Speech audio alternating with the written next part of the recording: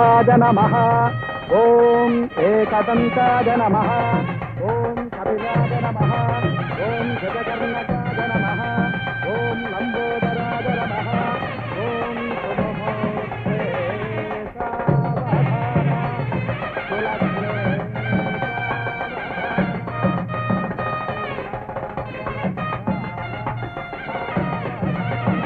सुमहोत्से నమస్కారం. నమస్కారం. ఇదిగోండి మీటర్. ఇదేమిటి? మీరు ఇచ్చిన 10,000. ఈ 10,000 వల్లే ఆ అమ్మాయి జీవితం నాశనం అయింది. మీ 10,000 మీరు తీసుకున్న ఆ అమ్మాయి జీవితం నిలబెట్టింది. 10,000 ఏంటి? నేను ఇవ్వడం ఏంటి? నా వల్ల అమ్మాయి జీవితం నాశనం కావడం ఏంటి? అదేంటి సార్ అలా మాట్లాడతారు? ఆ అమ్మాయి మీ అబ్బాయిని ప్రేమించింది. ఆ అమ్మాయితో నాకు ఏ విధమైన సంబంధం లేదు. మీకు తెలుసు. కేవలం మీరు 10,000 ఇవ్వడం వల్ల నేను అబద్ధం సాక్ష్యం చెప్పాను. ఇప్పుడు అమ్మాయి జీవితం నాశనం చేయకండి. ఆ అమ్మాయిని మీ అబ్బాయికి పెళ్లి చేసుకోండి. నీతో సంబంధం ఉన్న అమ్మాయిని మా అబ్బాయికి ఎలా పెళ్లి చేస్తావయ్యా? లాయర్ గారు అలా చెప్పంటే కదా నేను చెప్పాను. లాయర్ గారు చెప్పడం ఏంటి? ఇక్కడే ఉన్నారు, వెళ్ళి మాట్లాడు. లాయర్ గారు,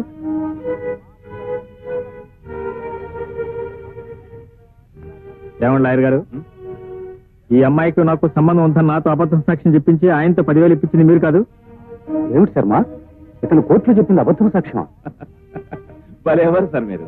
నేనేమిటి అబద్ధం సాక్ష్యం చెప్పించడం? ఇన్నేళ్ల నా సర్వీస్ లో నేను ఎప్పుడైనా అబద్ధం సాక్ష్యం చెప్పించడం చూశారు సార్ మీరు? ఏమయ్యా, నువ్వు నేను ఎప్పుడు కలుసుకున్నావు, ఎప్పుడు మాట్లాడుకున్నావు? ఈ కేసుతో నాకు సంబంధం ఉంది, నేను సాక్ష్యం చెప్తాను అన్నావు. సరే రమ్మన్నాను, వచ్చావు, సాక్ష్యం చెప్పావు. సార్, మీకు పిల్లలు ఉన్నారో లేదో నాకు సరిగ్గా తెలియదు. ఆడపిల్లలు ఉండే ఉంటారు. ఒక ఆడపిల్ల ఉసురు మాత్రం పూసుకోవద్దని చెప్తున్నాను. కేవలం ఈ పిల్ల పెళ్లి పాడు చేయడం కోసం నాతో మీరు అబద్ధం సాక్ష్యం చెప్పించారు. ఏమండి ధనంజయరావు గారు, ఏమిటి న్యూసెన్స్ అంతా? న్యూసెన్స్ కాదండి, మహా న్యూసెన్స్. ఆనాడు తన పెళ్లి ఎక్కడ ఆగిపోతుందోనని నేను చంపడానికి ప్రయత్నించానని నా మీద పోలీస్ కేసు పెట్టింది. కోర్టులో సాక్ష్యం ఇచ్చాడని ₹1,00,000 ఇతని బుట్టలో వేసుకొని ఉంటుంది. ఇప్పుడు ఈ పెళ్లి ఆపేసి నా ఆస్తితో కొట్టాలని చూస్తుంది. ఇదంతా బ్లాక్ మెయిలింగ్ అండి. ఇన్స్పెక్టర్ గారు చూడండి. పిచ్చి పిచ్చి వేషాలు వేస్తున్నావా? మర్యాదగా ఇక్కడికి బయటికి వెళ్ళండి, లేకపోతే అరెస్ట్ చేస్తాను. నిజమే చెప్తున్నాను. కేవలం నా ఒక్క అబద్ధం సాక్ష్యం వల్ల అమ్మాయి జీవితం నాశనం చేయకండి. అంటే నువ్వు చెప్పిన అబద్ధము సాక్ష్యాన్ని దృష్టిలో పెట్టుకుని నేను తీర్పు చెప్పానంటావా? అంటే మేమంతా అసమర్థులు అంటావా? అబద్ధము సాక్ష్యం ఏదో నిజమేదో మాకు తెలియదంటావా? చూడు, అనవసరంగా నువ్వేదో చేయడానికి వచ్చి మరేదో చేయడానికి ప్రయత్నించు. వెళ్ళు, అమ్మాయిని తీసుకుని వెళ్ళు. ఇదిగో జడ్జి గారు కూడా కోపం వచ్చింది. వెళ్ళు, వెళ్ళవయ్యా. చూడు తమ్ముడు, నా మాట నమ్ము. నాకు కల్పనకు ఎలాంటి సంబంధం లేదు. కేవలం నీకు కల్పనకు ఉన్న సంబంధాన్ని చేకొట్టడం కోసమే మీ నాన్న డబ్బారు చూపించి నాతో అబద్ధం సాక్ష్యం చెప్పించాడు. ప్లీజ్ నా మాట నమ్ము. నాకు ఆ అమ్మాయికి ఏం సంబంధం లేదు. ఆ అమ్మాయి జీవితం నాశనం చేయదు.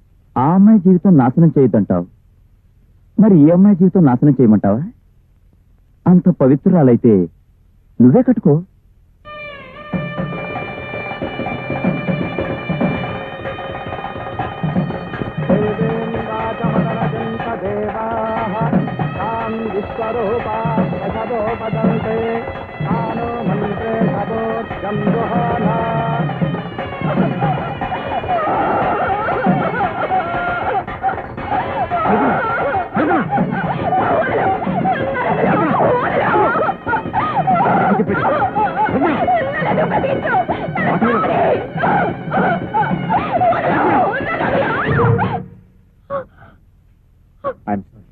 నీ ఉద్రేక నాకు వేరే మార్గం కనిపిస్తుంది.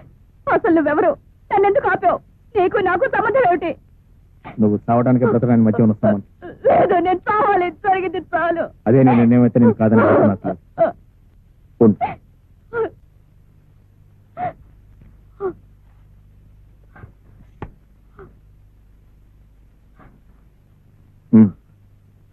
సత్యం ముందు నా చావుకు అభిమనుడే కారణమని ఈ తెల్లకాతి మీద రాసి సంతకం పెట్టి కమా.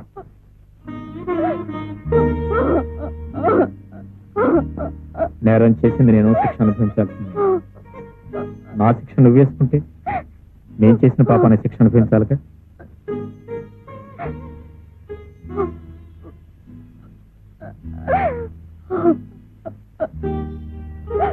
ఏ రాయలేదే? రాయడానికి మనసు రావటం లేదు కదా. రాసిస్తానని ఉరితీస్తానని భయం కదా. నేను ఎలాగో చస్తున్నానో పాపం ఆయన ఎందుకు చంపడం అనే? నన్ను చంపాలన్నంత కోపం దానివి బాధపడటం దీనికి ఎందుకు ఆగా?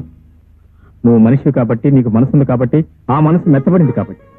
అలాగే నేను ఒక మనిషిని, నాకు ఒక మనసు ఉందని, నా మనసు మెత్తబడిందని నువ్వు ఎందుకు అనుకో? ఆ?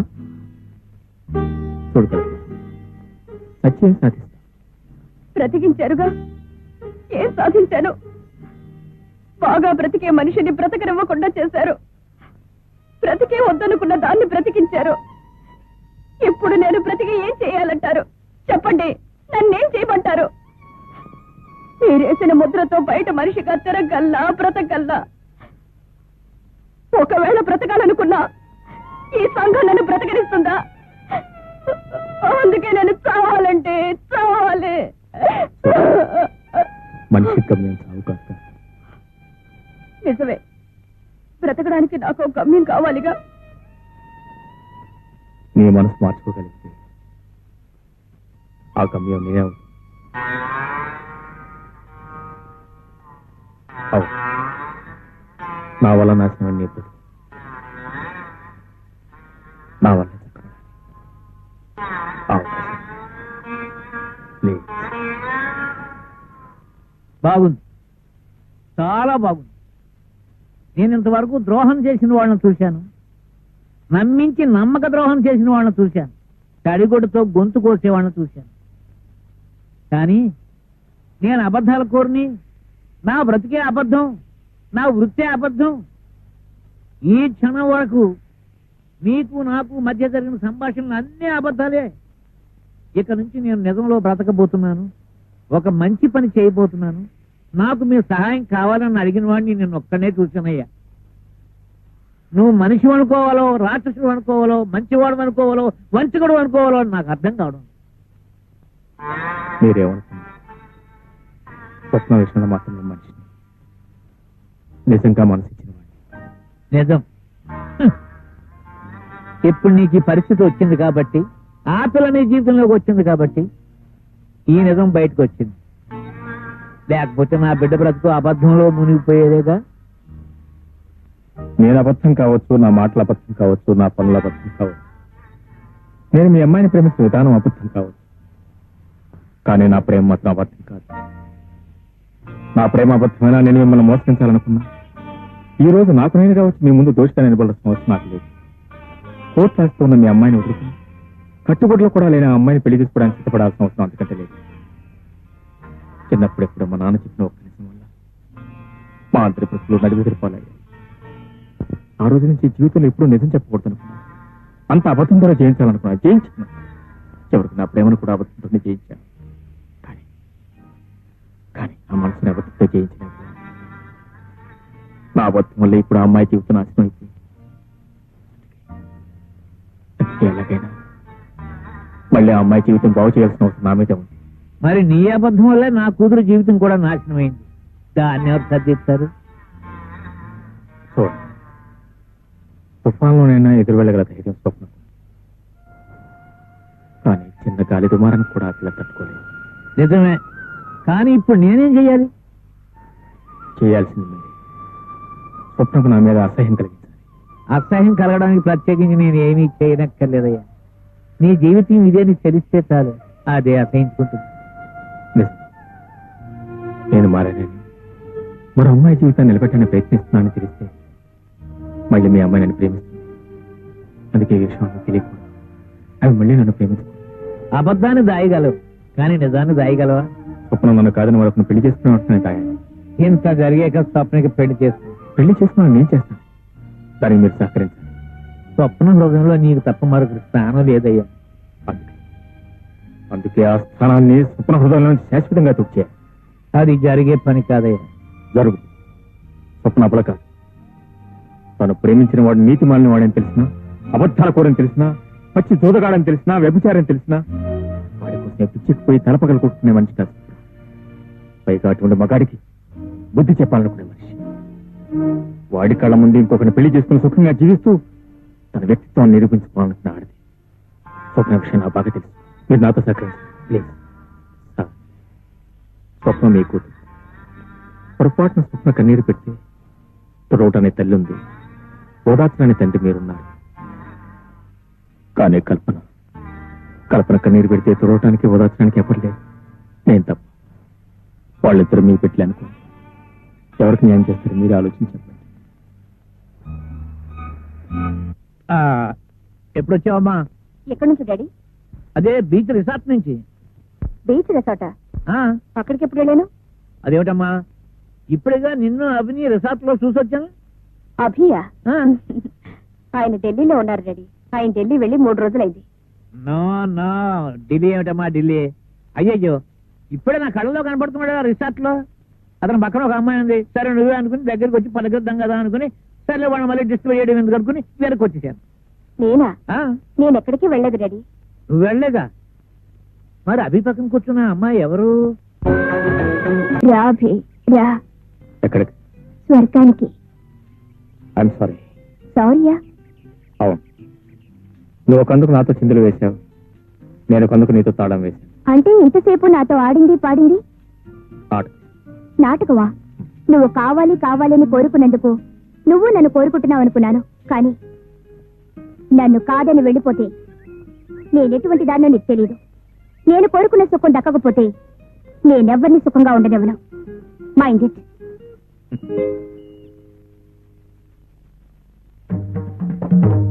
నేను నమ్మలేనమ్మా. అవి నీకు అన్యాయం చేసి మరొక అమ్మాయితో తిరుగుతున్నాడంటే నేను నమ్మలేకపోతున్నానమ్మా. ఆ అమ్మాయి ఎవరో కాదు రెడీ. మన ఇంటికి విడాకులు ఇప్పించమని వచ్చింది చూడు.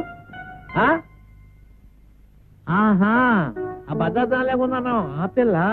అవును. ఆహా, ఈవిడ కేసును ఒప్పుకోలేదంటే అతని దగ్గరికి వెళ్ళి ఈ విధంగా బరిదిగించింది అన్నమాట. అవతల అది బరి తెగించి వస్తే మాత్రం యువతల ఇతనికి ఉండాలిగా సిగ్గు.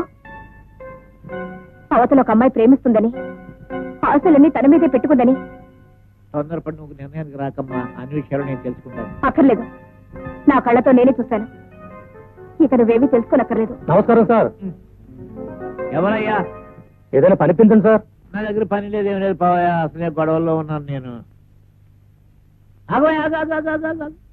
అవును, నేను ఎక్కడో చూసినట్టున్నాను. ఆ అభిమన్యం తోట. అవును సార్. అక్కడి నుంచి నువ్వు ఎక్కడికి పనికి రావడం ఏమిటయ్యా? సుప్రీంకోర్టు లాయరు, నువ్వు అతనికి కావాల్సిన వాడివి, కావాల్సినంత ఆదాయం నీకు. సుప్రీం కోర్టా, టెన్నిస్ కోర్టా? ఆయన లారేటండి బాబు, డబ్బులు తీసుకుని అబద్ధ సాక్ష్యాలు చెప్తుంటాడు. ఏమిటయ్యా నువ్వు చెప్పేది? అబద్ధం సాక్ష్యాలు చెబుతాడా? నా మాట అబద్ధం అయితే కోర్టులో ఎంక్వైరీ చేయండి సార్. అబద్ధ సాక్ష్యాలతో ఊరుకుంటే పర్వాలేదండి. ఈ మధ్య ఒక వధ పని కూడా చేశాడు. సరే నువ్వేం చెప్పక్కర్లేదు, వెళ్ళి ఇక్కడి నుంచి. అతన్ని చెప్పనే డాడీ. ఏముందండి, పెళ్లి చెడగొట్టమని పెళ్లి కొడుకు తండ్రి 10,000 రూపాయలు ఇస్తే ఆ డబ్బులు తీసుకుని ఆ పిల్లకి తనకి సంబంధం ఉందని కోర్టులో అబద్ధపు సాక్ష్యం చెప్పి ఆ పిల్ల బతుకు నాశనం చేశాడండి. దాంతో ఆ పిల్ల ఆత్మహత్య చేసుకుంది. అఫ్కోర్స్ మళ్ళీ బతికిందనుకోండి, అందుకే అక్కడ పని మానేశానండి.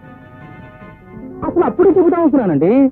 ఏమి చెప్పక్కర్లేదు, అంతా అర్థమైపోయింది. బాగా నటించానా సార్? ఏమిటి? కిరాయ్ ఏమిటి? సాక్ష్యం చెప్పడానికి. Shut up.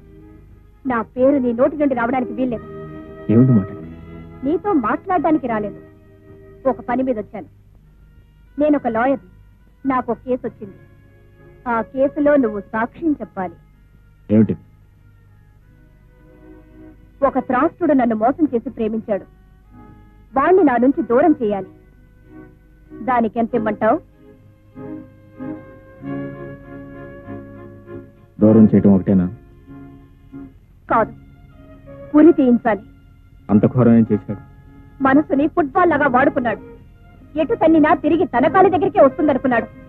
ఎవరు? చెప్పానుగా, త్రాస్తుడని. నిన్ను ప్రేమించింది నేనే.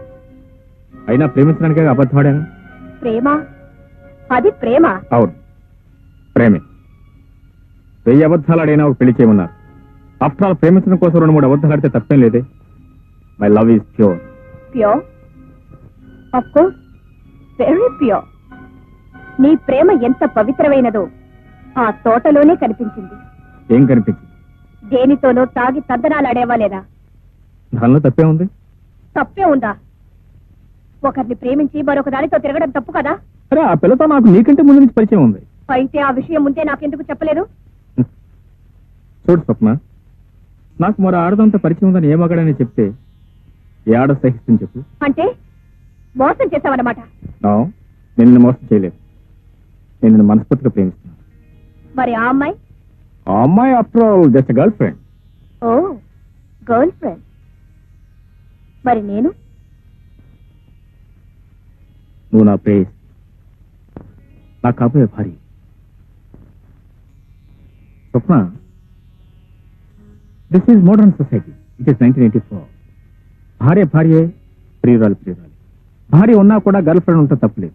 ఫర్ ఎగ్జాంపుల్, రేపు మన పెళ్ళైంది అనుకో, నీకు బాయ్ ఫ్రెండ్ ఉన్నానుకో, నేనేం పట్టించుకో, నాకేం అభ్యంతరం లేదు. ఓహో, అంత గొప్ప సంస్కారమా నాయనా నీది? ఇంత గొప్ప సంస్కారం ఉన్న మనిషిని ఈ ప్రపంచంలో నేనెక్కడా చూడలేదు. అంత గొప్ప సంస్కారవంతుడు నాకు ప్రేమికుడుగా దొరికినందుకు నా జన్మ ధన్యమైపోయింది. ఒక 10,000 రూపాయల కోసం ఒక ఆడదాని జీవితం నాశనం చేసేవే, అది కూడా సంస్కారమేనా? ఆ అమ్మాయి కూడా గర్ల్ ఫ్రెండా?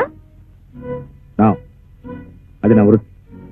ఓహో, వృత్తి పేరు మీద గొంతులు కూడా కోస్తావన్నమాట.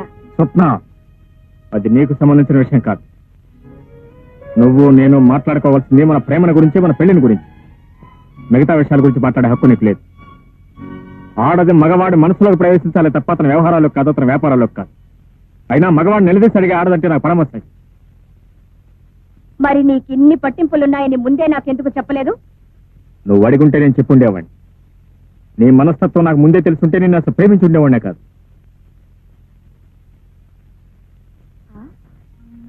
అలాగా? ఇప్పుడొచ్చిన నష్టం ఏమీ లేదు. ప్రేమించడం మానే. నేను నిన్ను మర్చిపోయాను, నువ్వు నన్ను మర్చిపో అని చెప్పడానికి ఇంత దూరం వచ్చాను. ఇలాంటి కబుర్లు చాలా మంది చెప్తారు, కానీ ఇళ్లకెళ్ళి మంచమే పడి వెక్కి వెక్కి ఏడుస్తారు. మళ్ళీ టెలిఫోన్ చేసి హలో డార్లింగ్, ఎక్కడున్నావు, ఏం చేస్తున్నావు, ఎలా ఉన్నావు నాకు కోరిస్తారు. చూడు, నువ్వు నన్ను మర్చిపోవడం తేలిక కాదు. మనం గడిపిన క్షణాలు అలాంటి, ఆ రోజులు అలాంటి. You can never forget.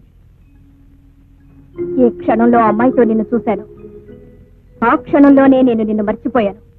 చూడు స్వప్న, మొదటి చూపు, మొదటి ప్రేమ అంత తేలిగ్గా మర్చిపోయేవి కావు. నేను బ్రతికుండగా నువ్వు నన్ను మర్చిపోవటం జరిగే పని కాదు. ఆ భ్రమలో ఉంటావని హెచ్చరించడానికి వచ్చాను. నేను ఆడదాన్ని, జరిగిన దానికి మంచం మీద పడి వెక్కి వెక్కి ఏడ్చే ఆడదాన్ని కాదు. పిచ్చెక్కి ఆత్మహత్య చేసుకునే ఆడదాన్ని కాదు. దిస్ ఇస్ స్వప్న.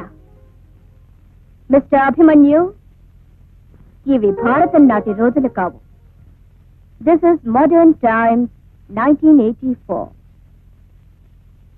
నీ కళ్ళ ముందే నిన్ను మర్చిపోగలను, మరొకరిని హాయిగా పెళ్లి చేసుకోగలను. Good bye.